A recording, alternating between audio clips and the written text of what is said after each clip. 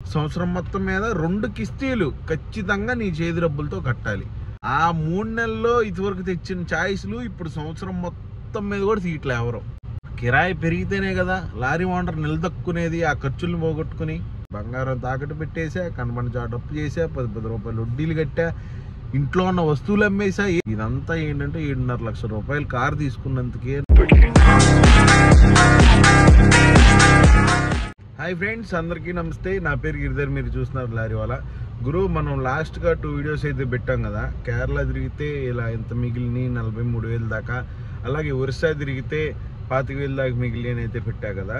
ఆ ట్రిప్ ప్రాఫిట్స్తో, ఆ నెల సంపాదనతో, లారీ సంపాదించే సంపాదనతో మనం లారీ తిప్పగలమా అంటే పెద్ద పచ్చిబూతది. ఎందుకని చెప్తానంటే గురు, 1,00,000 నుంచి 1,08,000, 1,20,000 వరకు పడిద్ది అనమాట ఈఎంఐ. ఒరిస్సా గురు యావరేజ్గా ఎంత చించుకుని తిరిగినా అటు ఇటుగా సంవత్సరం మొత్తం మీద 1 నెల నుంచి 2 నెలల కిస్తీ నువ్వు చేయి డబ్బులు పెట్టుకోవాలి. ప్రతి నెల కిస్తీ సంపాదించేస్తుంది బండి. సంవత్సరంలో ఏదైనా అన్సీజన్లో కానీ ఏదైనా కానీ కనీసం 2 నెలల్లో నీ చేతి డబ్బులు పెట్టుకోవాలి. కేరళ అయినా యావరేజ్గా చెప్తున్నా నేను, ఈ లెక్కలే కరెక్ట్ అని నేను చెప్పట్లా, మ్యాక్సిమం దీనికి దగ్గరగా ఉంటుంది. నేను చూశాను. సంవత్సరం మొత్తం మీద 2 కిస్తీలు ఖచ్చితంగా నీ చేతి డబ్బులతో కట్టాలి. అలాగే ఈఎంఐ వదిలేసేయి గురు. ఈఎంఐ కాకుండా సంవత్సరంలో ఏమేమి మెయింటెనెన్స్ ఉండదంటే మెయిన్ టైర్లు. ఓనర్ లైఫ్ అయితే టైర్ల దగ్గర జత వచ్చేసి 50,000. ఎంత చీప్ అయినా కానీ 40,000 తక్కువ లేదు జత. 2 టైర్లు వచ్చేసి సంవత్సరానికి టైర్లు పక్కా అయిపోతాయి. 16 టైర్ అంటే 8 జతలు, అంటే అక్షరాల 4 లక్షలు. ఇన్సూరెన్స్ సంవత్సరానికి అయిపోయింది కదా గురు. నువ్వు కట్టుకునే దాన్ని బట్టి 40,000 నుంచి 1,00,000 వరకు ఉన్నాయి. యావరేజ్గా ఒక 50,000 వేసుకో. 50,000 వేసుకో. అక్కడికి ఎంత అయింది గురు? 4,50,000. అలాగే క్వార్టర్ ట్యాక్స్ అని ఉంటుంది, 3 నెలలకు ఒకసారి కట్టాలన్నమాట. అలా 4 సార్లు. అది నేషనల్ పర్మిట్. అలాగే ఇంజన్ ఆయిల్ సర్వీసు, అలాగే బండి మెయింటెనెన్స్, ఇవన్నీ కలుపుకుని ఇంచుమించుగా ఒక 6 లక్షలు యావరేజ్గా తేలిద్ది. 6 లక్షలు అంటే సంవత్సరానికి నెలకి 50,000. నువ్వు నెలకి కరెక్ట్గా ఈఎంఐ కల్లా వస్తున్నాయి డబ్బులు. ఈఎంఐ వరకు ఈ ఒరిస్సా కానీ కేరళ కానీ తిప్పితే నువ్వు మిగిలిన 50,000 ఏం చేస్తావు? అప్పు చేయటం. ఇప్పుడున్న పరిస్థితుల్లో గురు లారీ కొనటము అలాగే సూసైడ్ చేసుకుంటాం 2 ఒకటే, పెద్ద తేడా లేదు. ఎంత ఆర్థికంగా మానసికంగా నష్టపోయి కుంగి కృషించిపోతారంటే అది పడిన వాళ్ళకే తెలుస్తుంది ఆ బాధ. అందుకని లారీ అనేది చాలా ప్రమాదకరమైంది.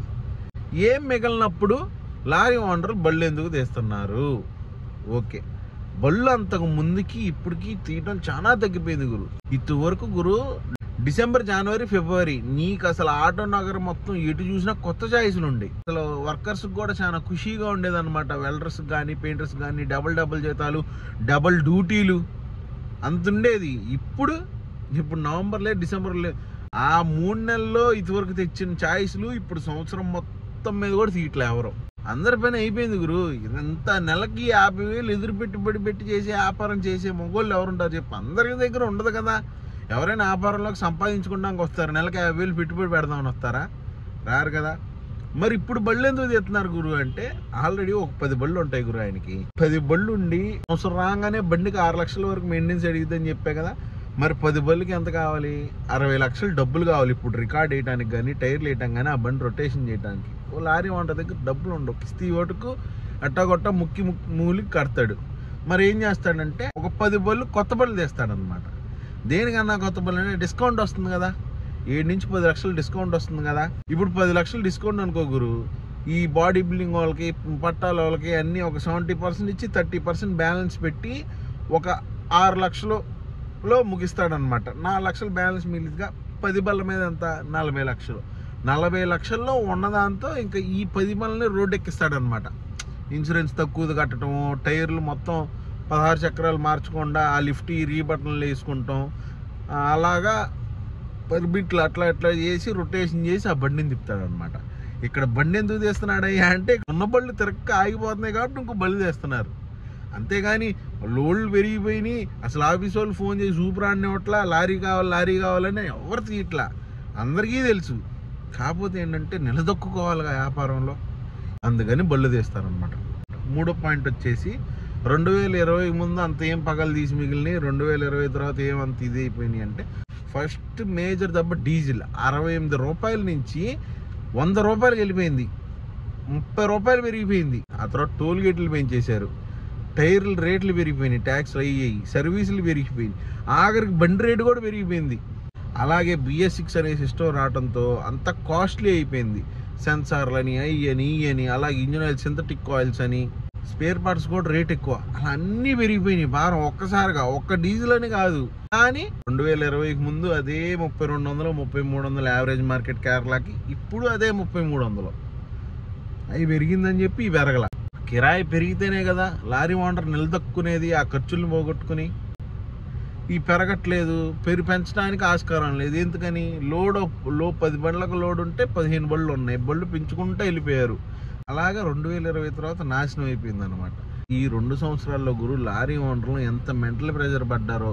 అందినోళ్ళ దగ్గరల్లా అప్పులు చేసి, బంగారం తాకట్టు పెట్టి, పొలాలు తాకట్టు పెట్టి, కాల్మనీలకి తెచ్చి 10 రూపాయలు 15 రూపాయలు 20 రూపాయలు.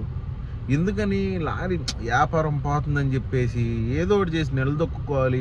వచ్చే నెల బాగుంటుంది, వచ్చే నెల బాగుంటుంది, ఈ 6 నెలలు గడిస్తే ఆ బండి అప్పు తీరిపోద్ది, ఆ డబ్బులు తీసుకొచ్చి ఇటు పెడదాం అటు పెడదాం రొటేషన్ అని చెప్పి అలా ఆలోచించి అప్పులైపోయి సూసైడ్ చేసుకున్నది చాలామంది. కష్టం కదా గురు. పెట్టుబడి పెట్టుబడి ఎంత అని పెడతావు లారీకి? మన వల్ల అసలు ఎలా అయితే ఒక సామాన్యుడి వల్ల. ఇప్పుడు లాస్ట్గా గురు, నేను ఎందుకు లారీ కొన్ననే విషయం చెప్తాను. నేను ఇవాళ కష్టపడి తెస్తేనే నేను తినడానికి ఉంటుంది. అలాగే ఇప్పుడు నాకు పెళ్ళింది కాబట్టి 4 సంవత్సరాలు అవుతుంది కాబట్టి నా భార్య కానీ నా పిల్లలు కానీ తినేది. నాలాంటోడికి ఇలాంటి బిజినెస్ ఎంత రిస్కీ అంటే కుటుంబపరంగా విషమింగి చావాలి. ఎందుకంటే 2019 నవంబర్లో నేను కారు తీసుకున్నాను అనమాట, ట్యాక్సీ కారు. కాపు కార్పొరేషన్లో ₹1,00,000 సబ్సిడీ వేస్తుంటే చంద్రబాబు నాయుడు గారు ఖాళీగా ఉండగా దోలెక్కి మా అమ్మ నాంతాడు తాకట్టు పెట్టి, అలాగే మా చిన్నప్పుడు ఏదో మా నాన్న మా పెద్దనాన్నోళ్ళు ఎవరో ఫిక్స్డ్ డిపాజిట్ చేశారనమాట. ఆ డబ్బులు తీపిచ్చి ఆ 2 లక్షలు డౌన్ పేమెంట్ కట్టి కారు తెచ్చాను అనమాట. దానికి కిస్తీ 15,800. నువ్వు నమ్మవు గురు ఎంత డబ్బు పోగొట్టానంటే, పెళ్ళైన తర్వాత ఉన్న బంగారం అంతా తాకట్టు పెట్టా. ఉన్న బంగారం అంతా నాకు 10 తులాలు లేదు. మా ఆవిడ 2 చెవులీ జాతలు, మా ఆవిడ తాడు, అలాగే నా కూతురికి ఇష్టంగా చేయించుకున్న గాజులు. కష్టపడి నెల 2500 కట్టి 30,000 అయ్యాక ఇంకో 10,000 కలిపి 40,000 పెట్టి గాజులు చేయించాను అనమాట మా అమ్మాయికి. అవి తాకట్టు పెట్టా, అప్పులు చేశా, దొరికిన చోటల్లో అప్పులు చేశా. మా అక్క అబ్రాడ్లో ఉంటే ఆవిడ దగ్గర 15,000, మా పెద్దనాన్న దగ్గర 10,000, అలాగే మా బావ దగ్గర 10,000. వీళ్ళందరి దగ్గర ఏంటి రేపు ఇచ్చేస్తా ఎల్లుండి ఇచ్చేస్తా అని తీసుకున్నవే. ఈ కిస్తీ కట్టడానికో లేకపోతే రొటేషన్కో ఇంట్లోకో. కారు ఇదే బాపతి, శాలరీ పడిద్ది అంతే, ఏం మిగలదో. అది నాకు తెలియక అలా ఉచ్చులో దిగిపోయాను అనమాట. అలా కనపడిన చోటల్లో అప్పు చేశా గురు. బంగారం తాకట్టు పెట్టేసా, కనపడిన చోట అప్పు చేసా, 10 రూపాయలు వడ్డీలు కట్టా, ఇంట్లో ఉన్న వస్తువులు అమ్మేసా, ఏసీ అమ్మేసా తెలుసా ఒకసారి కిస్తీ కట్టడానికి. పంతానికి కట్టాలి, కట్టకపోతే వచ్చేస్తున్నాడు ఇంటికి. దగ్గరికి మా అత్తమామ గారి దగ్గర కూడా, పిల్లలిచ్చిన అత్తమామ గారి దగ్గర కూడా వెళ్ళి చేయించి 50,000 కారు గురించి తీసుకుని వచ్చి ఆ బండి మొత్తం చేయించి తిరుగుతున్నా. మానిటోరియం ఉంది, 3 నెలలు ఇంకా ఉంది కిస్తీ కట్టకుండా తిరగచ్చు, తిరుగుతున్నా. ఇక నాకు ఒక దశలో ఇక చిరాకు వచ్చేసింది గురు. ఇది నన్ను తినేస్తుంది, నా కుటుంబం కూడా రోడ్డు మీద పడిపోద్దని భయం వేసేసింది. ఎందుకంటే కిరాయిలు లేవు. నాకు అసలు ఏం అర్థం కాల. చుట్టూతో చూస్తే అప్పులు, 1,50,000 వరకు అప్పులు తేలుతున్నాయి. ఇంకో పక్క చంటి బిడ్డ మా అమ్మాయి 9 నెలలు ఉంటాయి గురు, అంతే. పెద్ద సంవత్సరం కూడా నిండలా, 9 నెలలు 8 నెలలు ఉంటాయి. ఇంట్లో తినడానికి లేదు. ఆ టైంకి 2 నెలలు ఇంటద్దులు పెండింగ్, 2 నెలలు కరెంటు బిల్లు పెండింగ్, ఇంట్లో తినడానికి బియ్యం గింజ లేదు. ఓ పక్కన అప్పులు, వడ్డీలు. అసలు నాకు ఏం దిక్కు తోచలేదు గురు. ఆ టైంలో మా పెద్దనాన్న వాళ్ళే పిలిచి కూర్చోబెట్టి మాట్లాడారనమాట. ఏంట్రా ఏం చేద్దాం అనుకుంటున్నావు? పెద్దనాన్న మరి నాకు లారీ నేను తోలుతాను కదా, లైసెన్స్ పెట్టుకుంటా, లారీకి అయితే ఒక 30,000 అట్ట వస్తాయి, ఎప్పటి నుంచి తొందరగా బయటపడతా అంటే, ఆ లైసెన్స్ పెట్టుకోవటానికి మా పెద్దనాన్నోళ్ళు పెట్టిన భిక్ష, మా పెద్దనాన్నోళ్ళు కానీ మా బావలు కానీ అందరూ కలిసి ఒక 50,000 ఇచ్చారు నాకు. 6,300 డ్రైవింగ్ ఫీజు అనమాట, డ్రైవింగ్ స్కూల్ ఫీజు. అలాగే మనకి డ్రైవింగ్ టెస్ట్ ఒక 1,500, 300 రూపాయలు పుస్తకానికి గురు. ఒక బుక్ ఉంటుంది చక్కగా, మంచి ట్రాఫిక్ సైన్స్ ఎలా ఉంటాయి ఏంటంటే దానికి. మిగిలిన దేనికంటే 2 నెలలు ఏంటంటే దగ్గర 30 రోజులు ఎన్నో రోజులు వర్కింగ్ డేస్ వెళ్ళాలి. ఆదివారం సెలవు అనుకో, అది డే కింద కౌంట్ ఉండదు. అలా 2 నెలలు అయిపోద్ది. ఏది స్కూల్కి వెళ్ళి మళ్ళీ వాళ్ళు స్కూల్లో మనకి కోర్స్ అయిపోయిన తర్వాత వాళ్ళు డ్రైవింగ్ స్లాట్ బుక్ చేసి మనం డ్రైవింగ్ స్లాట్కి వెళ్ళి టెస్ట్ చేసి మన చేతికి లైసెన్స్ రావడానికి 2 నెలలు పడుతుంది. ఆ 2 నెలలు మరి కరెంటు బిల్లు, ఇంటద్దులు, తినడానికి, పిల్లకి అన్నింటికి గాను అవి వాడుకోమని చెప్పి ఇలా ఇస్తే నేను లైసెన్స్ పెట్టుకుని వచ్చాను అనమాట. బండి తోలడం వచ్చి నాకు 2013 నుంచి వచ్చు గురు. కానీ లైసెన్స్ పెట్టుకుంది రీసెంట్గా 2021లో వెళ్ళాను నేను స్కూల్కి. 2022లో నాకు లైసెన్స్ వచ్చింది అనమాట. 2 సంవత్సరాలు అవుద్ది అంతే లైసెన్స్ వచ్చి. ఇప్పుడు నేను ఇలా నిలదొక్కుని ఉన్నానంటే లారీ గురు. లారీ మీదే కష్టపడి సంపాదించి ఆ వడ్డీలు గిడ్డీలు ఇప్పటికీ ఇంకా ఇవ్వాలి. నేను 1 లక్ష రూపాయలు దాకా బయట బంగారం ఇంకా విడిపించాలి. ఒక ఉంగరంను ఒక చెవులి జాతి విడిపించాను అంతే, ఇంకా విడిపించాలి. ఇదంతా ఏంటంటే 7.5 లక్షల రూపాయలు కారు తీసుకున్నందుకే నాలాంటి పరిస్థితి ఉన్నాడు. ఇలా అయిపోతే 52 లక్షల రూపాయలు ఉన్న బండి, లేకపోతే 30-40 లక్షల రూపాయల బండి అయినా తీసుకుని నా బతుక్కి నా వల్ల ఎక్కడైతే గురు. ఒక 50 ప్రతి నెల 50,000 పెట్టుబడి తేవటం. నేను ఆ లారీని ఎందుకు తీసుకోవాలి, తీసుకుని నేను ఎందుకు అప్పులు అవ్వాలి, నా పిల్లలు రోడ్డు మీద ఎందుకు తేవాలి. పోనీ ఏదన్నా మిగులుతుందంటే సర్లే చూడొచ్చు, ఒకసారి ట్రై చేద్దామని డేర్ చేయొచ్చు గురు. ఈ రకంగా అప్పుల పాలైపోయి రోడ్ల మీద పడిపోయి చనిపోయి మెంటల్ టార్చర్ పోతుంటే ఆ ఉచ్చులోకి నన్ను ఎలా వెళ్ళమంటారు చెప్పండి గురు. సరే మరి మహేష్ అలా 3 బళ్ళు కొన్నాడు, జగన్ ఎలా కొన్నాడు, హరీష్ ఎలా కొన్నాడు అంటే అందరి పరిస్థితి ఒకలా ఉండదు కదా గురు. నా పరిస్థితి ఇలా ఉంది, మహేష్ పరిస్థితి అలా లేదు కదా. ఆయనకి ఏదో ఉన్న సపోర్ట్ సిస్టమ్ మీద ఆయన చూసి తీసుకుంటాడు. ఇప్పుడు హరీష్ గారు ఉన్నారు, వాళ్ళ డాడీ డ్రైవరే, అలాగే ఒక బండి అప్పు తీరిన బండి ఉంది. వాళ్ళకున్న పరిస్థితుల్లో వాళ్ళు ఆలోచించి తీసుకుంటారు. వాళ్ళు తీసుకుంటంలో తప్పే ఉంది. వాళ్ళకి వెసులుబాటు ఉంది, వాళ్ళు చేసుకోగలరని నమ్మకం ఉందన్నమాట. తప్పు లేదు. నేనేంటంటే నా పరిస్థితి ఇది.